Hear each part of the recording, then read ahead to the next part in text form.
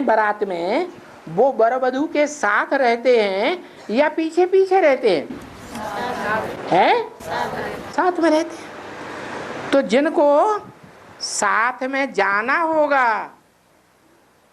वो सूर्यवंशी कुल के होंगे, परिवार के होंगे, जो साथ में जाएंगे वो फिर वापस इस नरक की दुनिया में नहीं आएंगे। क्या? नरक की दुनिया में नहीं आएंगे। बाकी और बहुत सी आत्माएं हैं जो परमधाम में बाप के घर में पड़ी रहेंगी, तब तक पड़ी रहेंगी जब तक इस दुनिया में 21 जन्म पूरे हो जाएं सुख की दुनिया के। फिर जब दुख की दुनिया द्वैतवादी द्वापर युग में शुरू होगी, जहां दो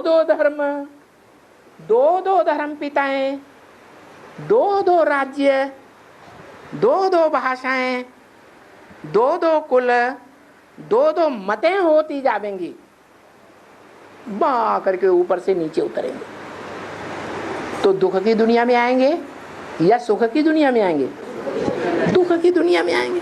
और तुम बच्चे इस दुख की दुनिया में वापस कहाँ जाएंगे? हैं?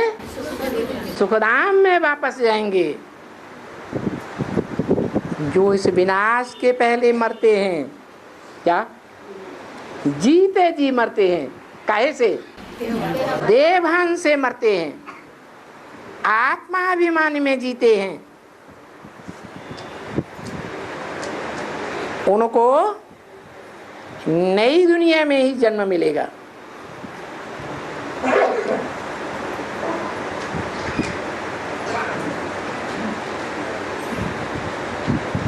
जो नहीं मरते हैं देवभान से,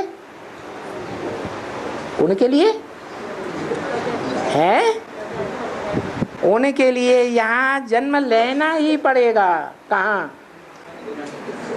दुखदाई द्वैतवादी रावण राज्य की दुनिया में। परंतु इन बातों को उन लोगों के सामने तुमको उठाना नहीं चाहिए। क्या? उनके सामने ये बातें उठानी है कि तुम नरक में आएंगे जन्म जन्मांतर और हम स्वर्ग में जाएंगे, ऐसे कहना है? नहीं। हाँ, भगवान तो कह सकता है। भगवान ने तो गीता में भी कहा है, मूढ़ा जन्मनि जन्मने। मुझे साधारण तन में आए हुए भगवान को जो उस साधारण मनुष्य तन में नहीं पहचान पाते हैं, वो मूर्ख आत्माएं जन्म जन्मांतर इन पाप की योनि में ही जन्म लेते रहते हैं।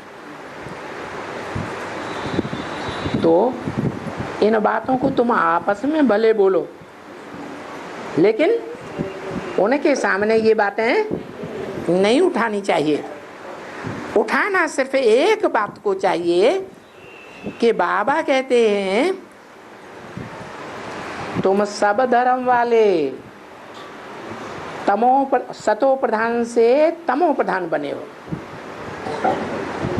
तुम सब धर्म वाली आत्माएं जो 2500 वर्ष के अंदर अंदर इस दुनिया में आई हो, कोई भी धर्म के हो, वो सब पहले आए थे तब सतो प्रधान थे। कैसे थे? सत्व प्रधान थे। कोई भी उस जन्म में आकर के दुख नहीं भोगा था। पहले जन्म में सबको सुख ही मिलता है, क्योंकि सत्य धाम से डायरेक्ट आत्माएं आती है, तो क्या अनुभव करेंगी?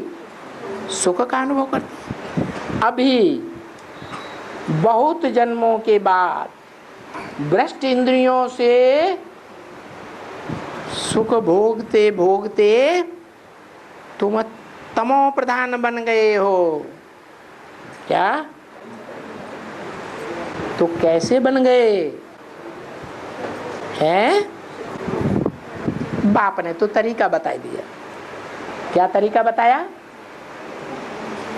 संग के रंग से नीचे गिरते हैं या ऊपर भी उठते हैं, और संग के रंग से ही नीचे ऊपर जैसे उठना गिरना होता है, वैसे ही अन्न दोष से भी नीचे गिरते भी हैं और ऊपर भी उठते हैं।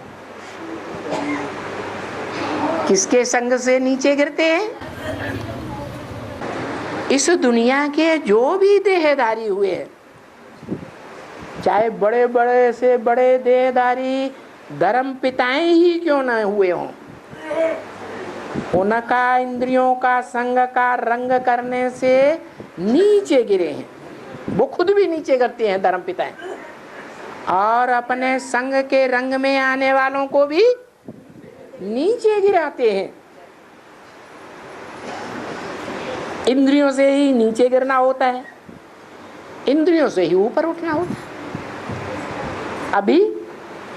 अभी उल्टी बात है। वो देहधारी धर्मगुरु नीचे गिराते हैं, उन देहधारियों के फॉलोअर्स भी नीचे गिराते हैं। लेकिन जो देहधारी नहीं है, किसी जन्म में देहधारी नहीं बनता, देह को धारण करने वाला नहीं बनता, देह में जिसकी बुद्धि नहीं धरी रहती, पतित से पतित दुनिया में आता है, पतित से पतित कामी कांटे में आता है, तो भी बुद्धि से पतित नहीं बनता है। वो सदैव सत्य की स्टेज में रहने वाला सत्य बाप, जिसको कहते हैं गॉड इज ट्रुथ। क्या? God is the truth, truth is God. वो सत्य बाप, सत्य साईं बाबा सत्य बता करके सत्ययुग की रचना कर रहा है। तो जो 100% सत्य है सी भी सत्य, हो सी भी सत्य, क्या अभी भी सत्य है? सिख लोग कहते हैं भविष्य में भी सत्य ही साबित होगा, और पास्ट में भी सत्य ही था। उस एक के संग के रंग में प्रैक्टिकल में आएंगे, इंद्रियों के द्वारा, शरीर के द्वारा प्रैक्टिकल कहा जाता है, चाहे ज्ञान इंद्रियां हो और चाहे भ्रष्ट इंद्रियां हो, कोई भी इंद्रियां हो, वो जिसके संग के रंग में आएगा उसका कल्याण ही कल्याण करेगा, अकल्याण नहीं कर सकता। इसलिए उसका नाम शिव है। वो सदैव सदा शिव कहा जाता है, कभी अकल्याण करता ही नहीं।